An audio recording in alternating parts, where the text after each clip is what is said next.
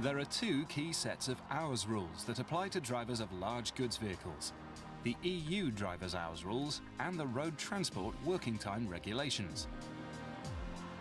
You must follow both sets of rules, so in this DVD we'll cover all the rules as we go along.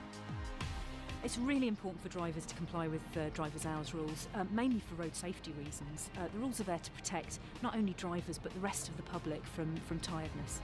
There's a number of penalties that can be imposed on drivers if they fail to comply with the rules, ranging from fairly small fines to losing your vocational driving licence. In really serious cases, drivers have gone to prison. Well, action will be proportionate, but it can range from a warning to suspension of a vocational licence to revocation and disqualification. In extreme cases, I've told drivers that they'll be disqualified for very long periods of time, a matter of years, and they should leave the industry. A tachograph is used to record your daily working period, using symbols to show what you're doing. A steering wheel shows driving time, and crossed hammers is used when you carry out any other work. The bed symbol records periods of both rest and break. A box with a diagonal line shows periods of availability, when you're available for work but not actually working. We'll use these symbols to help explain the rules in the rest of this DVD. The rules can be split into 5 main areas. The law tells you when you must take a break within your shift. It limits the amount of driving you can do, and in some cases working at night is restricted. You must take minimum rest periods, and there are rules on the amount of work you can do in each week. So let's start with the rules on breaks.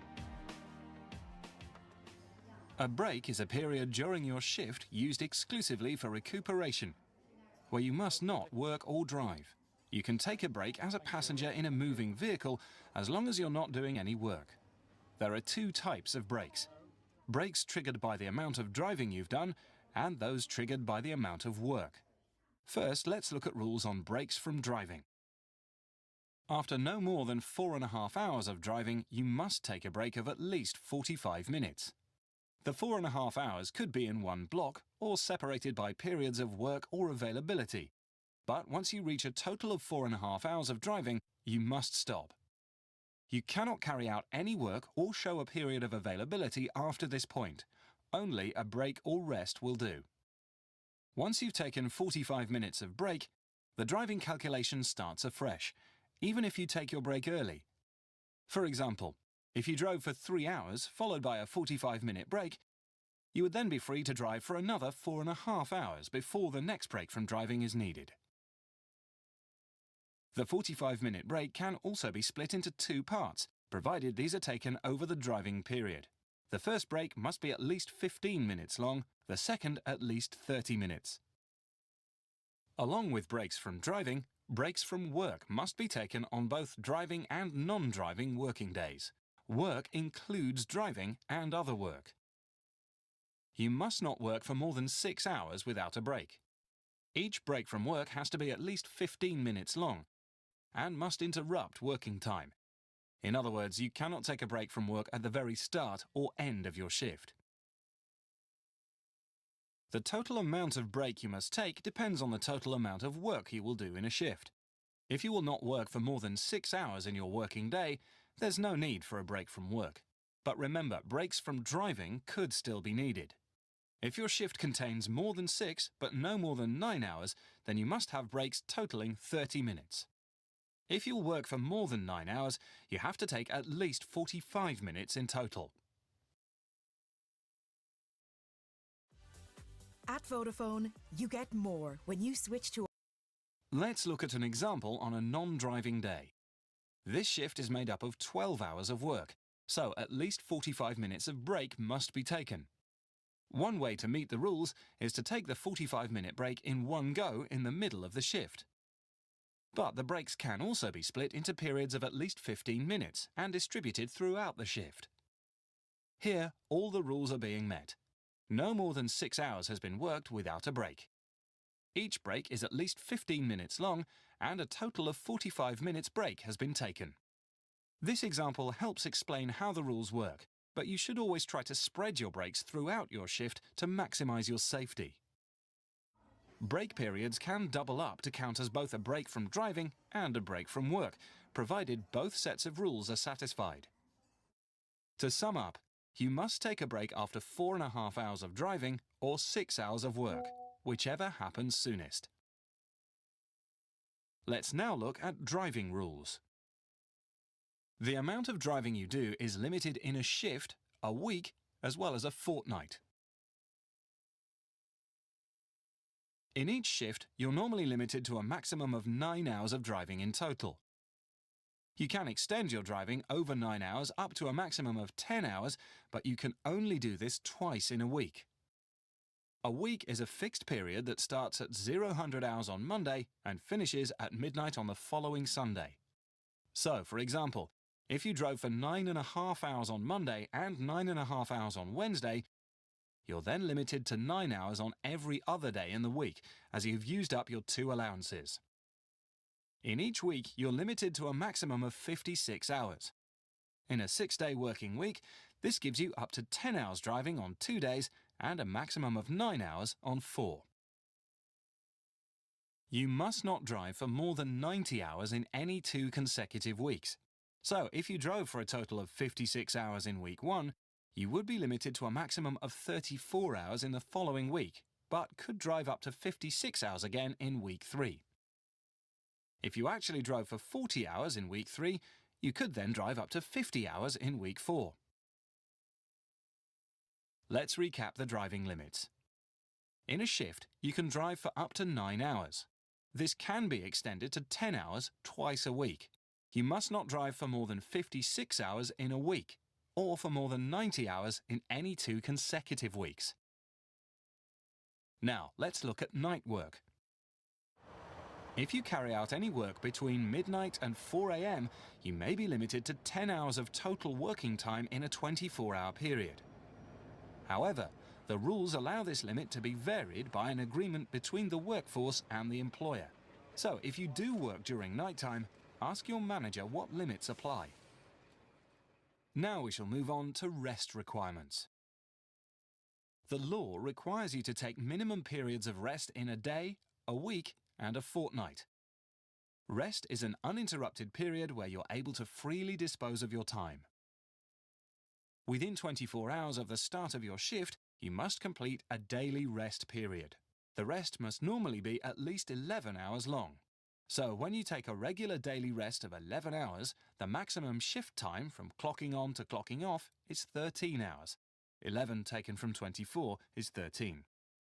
Any shift longer than 13 hours means daily rest has been reduced. You can reduce daily rest to a minimum of 9 hours up to 3 times between weekly rests. When you take a reduced daily rest, the maximum shift is 15 hours long. 9 from 24 is 15. You can split a daily rest into 2 periods. The first period must be at least 3 hours long, the second at least 9 hours long. A rest of 12 hours in total, which again must be completed within 24 hours of starting your shift. If a vehicle has more than one driver for all driving periods, there are special rules on daily rest. In these circumstances, at least 9 hours daily rest must be taken within 30 hours of the start of shift. This gives a maximum shift of 21 hours. You can also have just one driver for the first hour of driving. This allows you to pick another driver up en route. If you're accompanying a vehicle being transported by ferry or train, you can interrupt your daily rest once or twice, for example, to get on and off a ferry. This can be done provided you take a regular 11-hour daily rest, the interruptions total no more than 1 hour, and you have access to a bunk during the rest period. Each week you must take either a regular weekly rest of at least 45 hours long, or a reduced weekly rest which is anything less than 45 hours but must be at least 24 hours.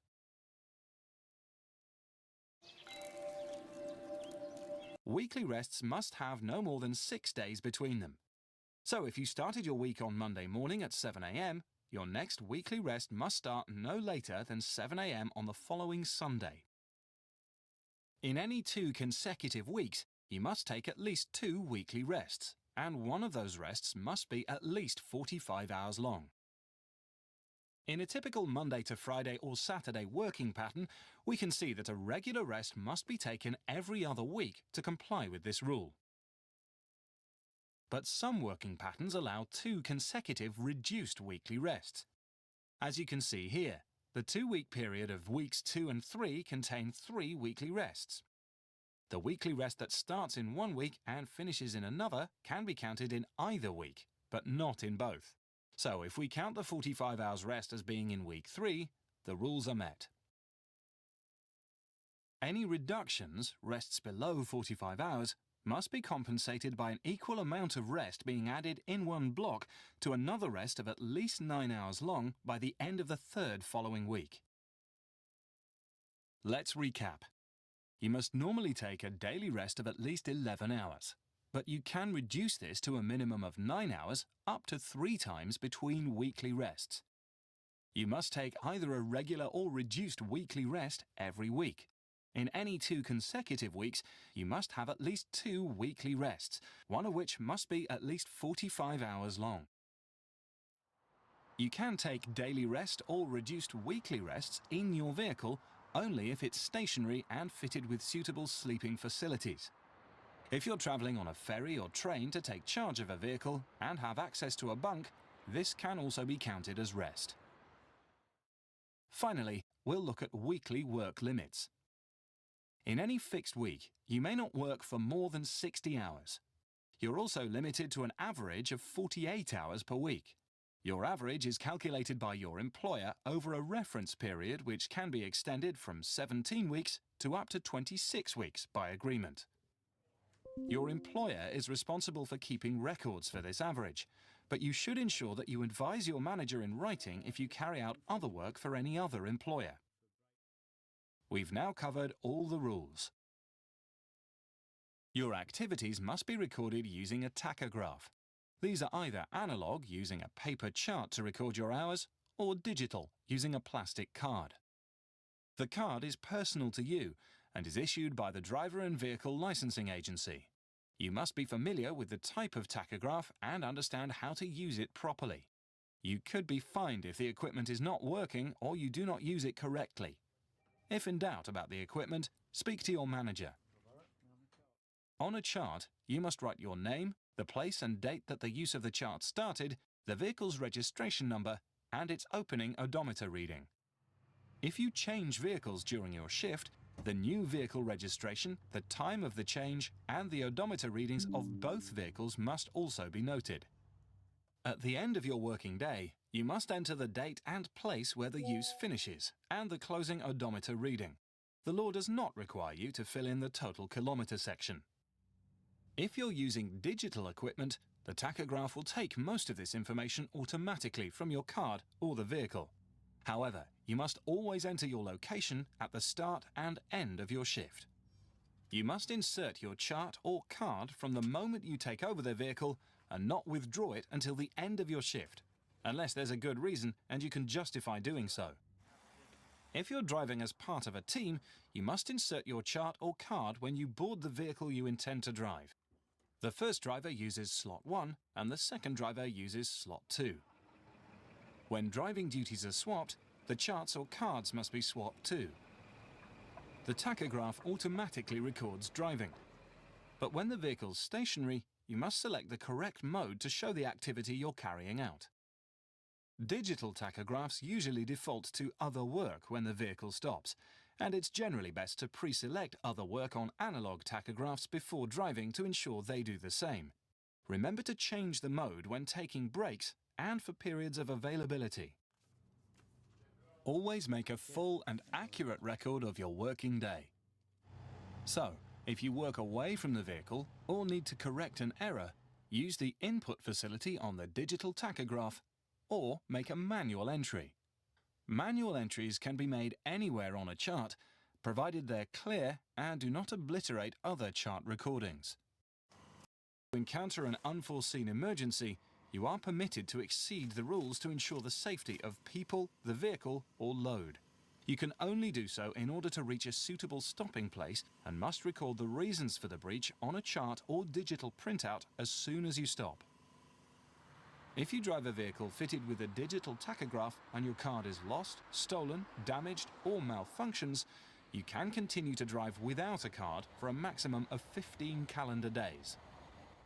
On every day you drive, you must produce 2 printouts, one at the start and one at the end of your journey.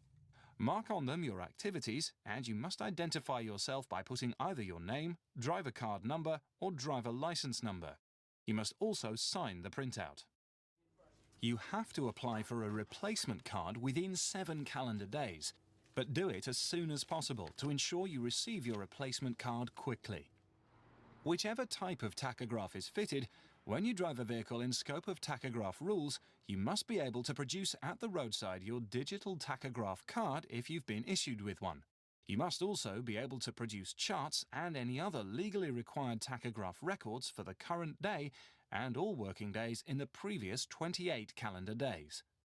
Records for non-driving days must be made on a chart or by using the input facility or a printout of a digital tachograph. In the UK, you could also use a domestic rules logbook if this is legally required. Check with your manager if this applies to you. You must return your tachograph charts and records to your employer as soon as you can, and in any case within 42 calendar days. Your driver card must be downloaded as often as necessary to ensure data is not lost, and in any case at least every 28 days. The hours and records rules are there to help protect you and other road users from the dangers of driver fatigue.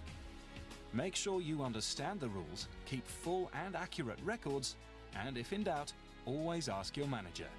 The driver's hours rules are very important for drivers, first of all because of road safety, because so many accidents are caused because of tiredness.